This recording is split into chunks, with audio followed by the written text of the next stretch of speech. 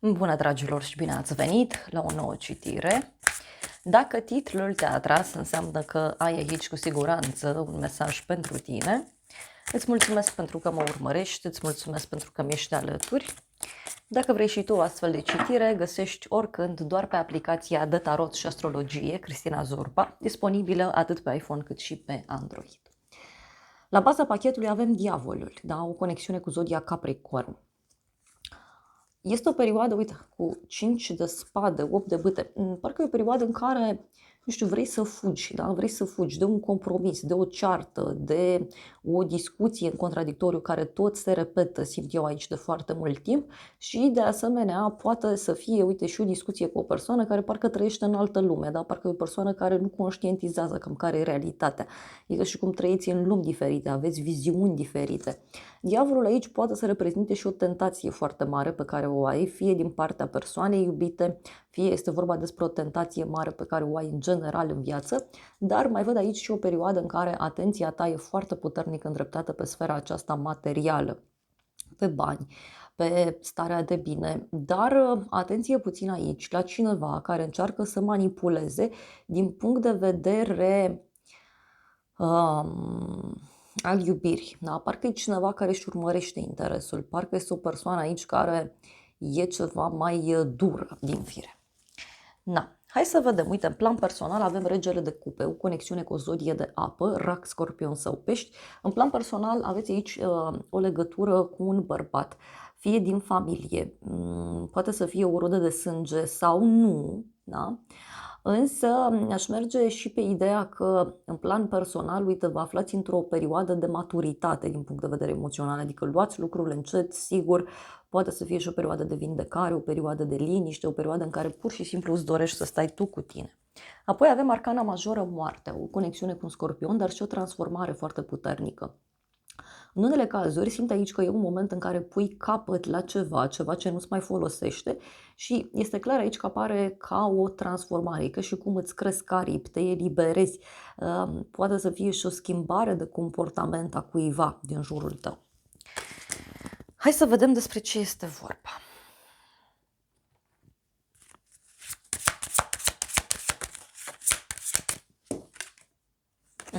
Poate să fie un bărbat aici care fie este de la distanță, fie este un bărbat care călătorește mult sau un bărbat care lucrează undeva la distanță sau lucrează în mediul online, dar poate să fie, uite, și cineva care îți pregătește aici un cadou, cineva care vrea să-ți facă o surpriză, cineva care vrea să-ți ofere ceva anume. Și avem așa, muncă laborioasă și schimbare, personal vorbind. Ce văd eu aici este vorba și de cineva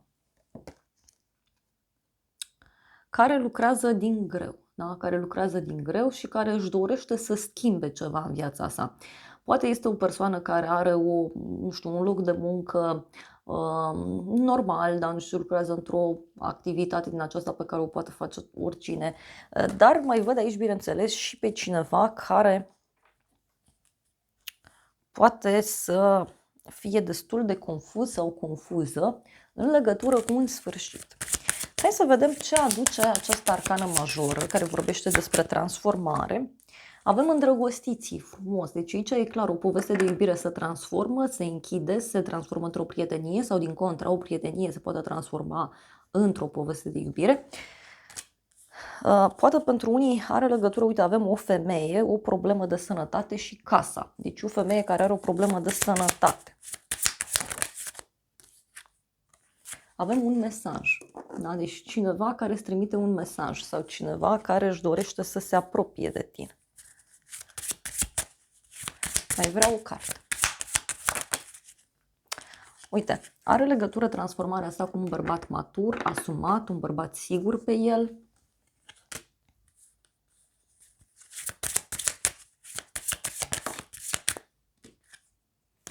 Și avem judecata. Pentru unii, uite, poate avea legătură toată situația aceasta cu un bărbat care judecă, e un bărbat mai dur din fire, dar și cineva care, uite, e ca și cum ia o decizie importantă pentru sine. Nouă de bâte, în plan profesional sau financiar, văd o oarecare oboseală, o oarecare teamă pe care o simți. Fie pur și simplu te simți obosit, fie poate să fie și un moment în care aștepți ceva anume și acel lucru poate să întârzie. Următoarea carte e optul de spade, deci e ca și cum, uite, vrei să te eliberezi de o povară, de un stres, de ceva ce nu-ți face bine. Tot pentru tine, din punct de vedere profesional sau financiar, văd aici și ceva ce trebuie finalizat, da? Și tocmai acest aspect aduce stres. Hai să vedem, 9 de bâte. O femeie matură, deci uite, dacă ești femeie, poate e un moment în care te simți obosit sau obosită sau ai o colegă sau cineva care te ajută, care se simte obosită, care se află într-o așteptare. Mai vreau un mesaj.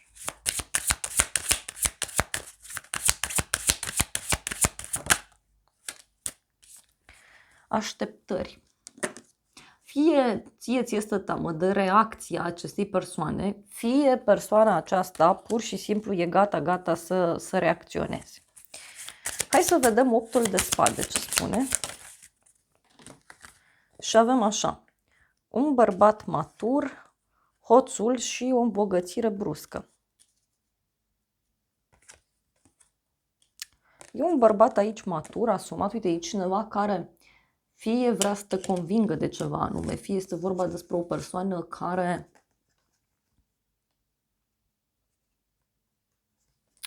vrea să obțină de la tine ceva, fie niște informații, fie este o persoană care vrea să obțină de la tine ceva profesional, dar totuși avem aici o îmbogățire bruscă cu această carte.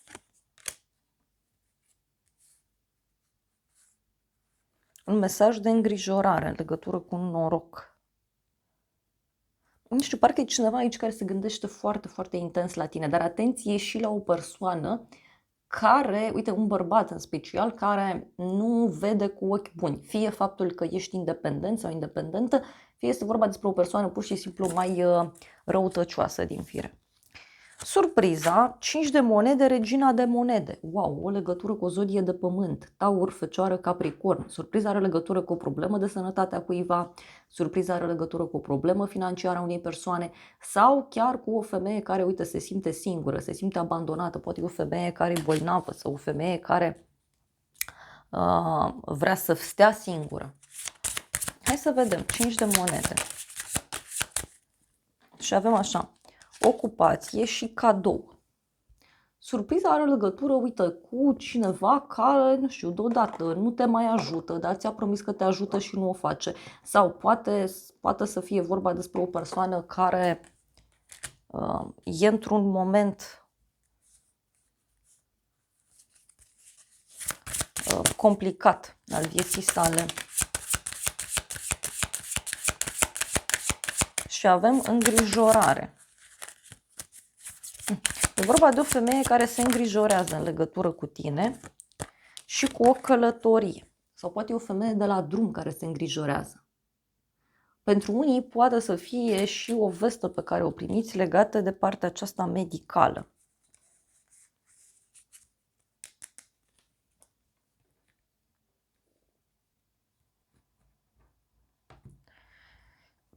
Hai să vedem ce zice acest oracol, foarte drag mie. Văd aici o persoană cu multe bagaje în spate, cineva care se gândește să plece, să se mute, cineva care se gândește să schimbe țara, să schimbe locul de muncă, să schimbe ceva anume.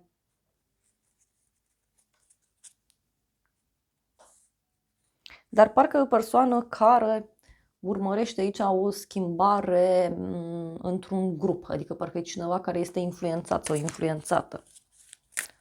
Mai vreau un mesaj. Care e surpriza? O femeie, uite, căreia este teamă, da? Uite, este o persoană aici foarte temătoare, o persoană care are tot felul de gânduri negre sau o persoană care are tot felul de oameni ciudați în jurul său. Mai vreau un mesaj.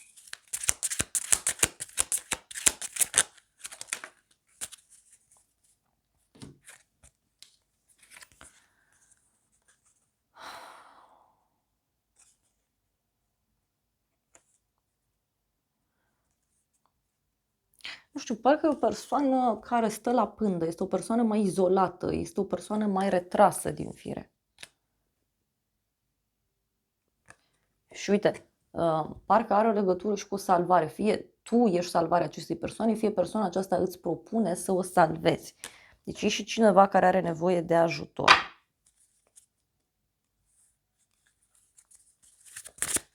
Mai vreau un mesaj.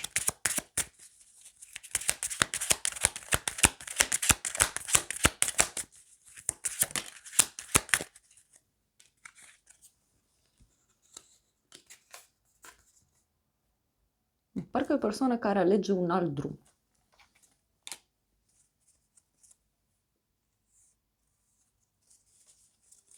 Mai e un mesaj de aici și apoi vreau să vedem ce spune și alt oracol. Este o persoană care îi place așa să fie singură sau o persoană care se îngrijorează în legătură cu o relație. Da. Hai să vedem acum ce zice și acest oracol. Oracolul vorbește, uite, doctor. Da? Doctor, grijă, vindecare, deci surpriză are legătură cu o persoană care fie are o problemă de sănătate, fie este vorba despre o persoană care lucrează în sfera aceasta a sănătății sau o persoană care îi place să îi îngrijească pe ceilalți. Și avem sabie, curaj, conflict, determinare. Deci e o persoană foarte hotărâtă aici. Iar apoi avem un răsărit de soare, revelație. Nu știu, poate e o problemă de sănătate care aduce o revelație cuiva. Și avem contemplare, intuiție, liniște. Parcă e o persoană aici care vrea să stea singură sau o persoană care își dorește multă liniște.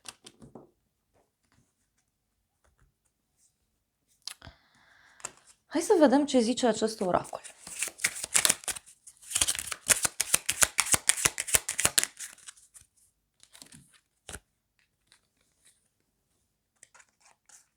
Sunt gata să mergem spre un nou început, dacă tu ești. Te iubesc, doar că nu pot să o spun tare. Deci poate e o persoană aici care te iubește, doar că nu poate să spună, nu poate să-și exprime sentimentele.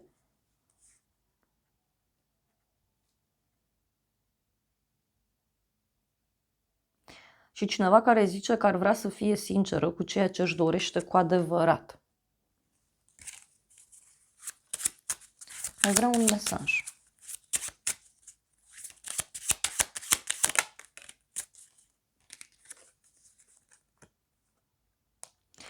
O persoană care regretă că te îndepărtează, doar că nu știu dacă îți va spune lucrul ăsta. Și o persoană care spune că și-ar fi dorit să te trateze mai bine. Interesant. Hai să vedem ce zice acest oracol. Avem așa. Un vis care devine realitate, a fi cu persoana iubită, a te simți împlinit într-o relație, a te distra împreună cu cineva. Iar apoi avem a se întâlni cu alți oameni. Da? Poate e cineva care își dorește aventură, cineva care își dorește o împlinire sufletească, cineva care renunță la ceva și avem aici chestiuni legale, căsătorie, divorț sau o chestiune legală, mai poate să fie. Mai vreau un mesaj.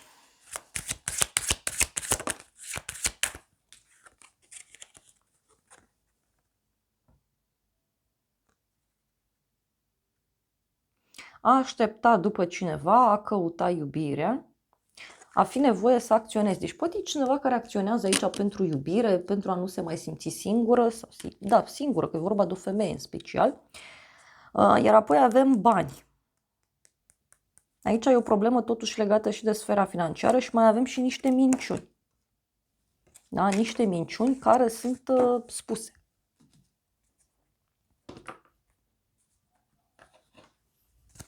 Hai să vedem ce zice acest oracol.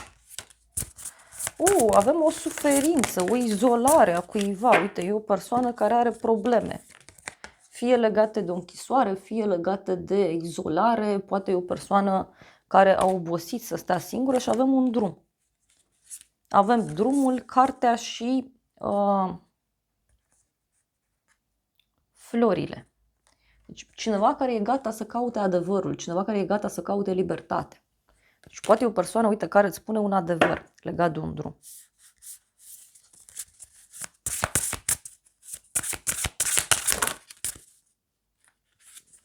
Vulpea. Surpriza pentru tine. Poate să fie o femeie vicleană, o femeie care se preface în unele cazuri. Și uite, sunt niște vești pe care le primești și care te lasă destul de surprins sau surprinsă.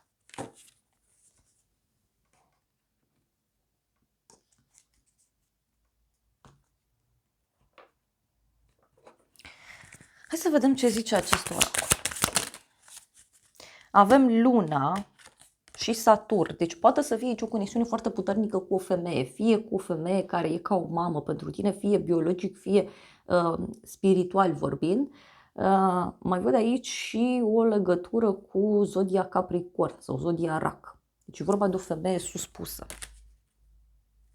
Avem zodia Berbec. Și mai avem zodia Vărsător și zodia Fecioară. Da. Deci din punct de vedere al surprizei, eu cred că are legătură cu cineva care vrea să se elibereze, pur și simplu. Și e vorba de o schimbare foarte, foarte bruscă, o schimbare cât ai clipi.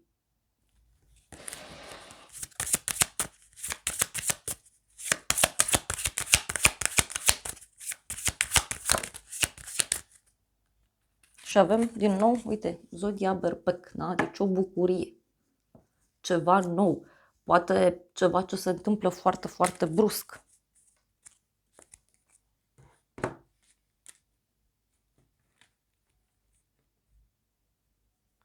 Hai să vedem ce zice acest oracol.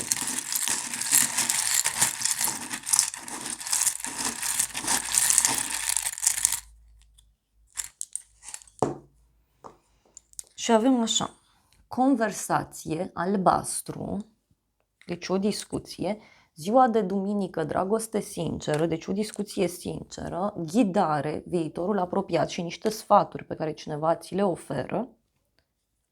Iar apoi avem așa, putere, pasiune, cifra 8. Iar ultimul mesaj este inițiala T cu mesajul telefon. Posibil ca printr-un apel telefonic, da, printr-o discuție să afli despre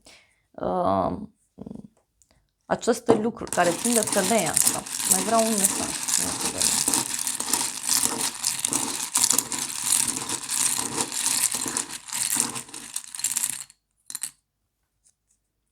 Mai avem ziua de sâmbătă, o persoană vicleană. Ei, dragilor, aici poate să fie și cineva care se preface sau o persoană care o face pe victima, să știți.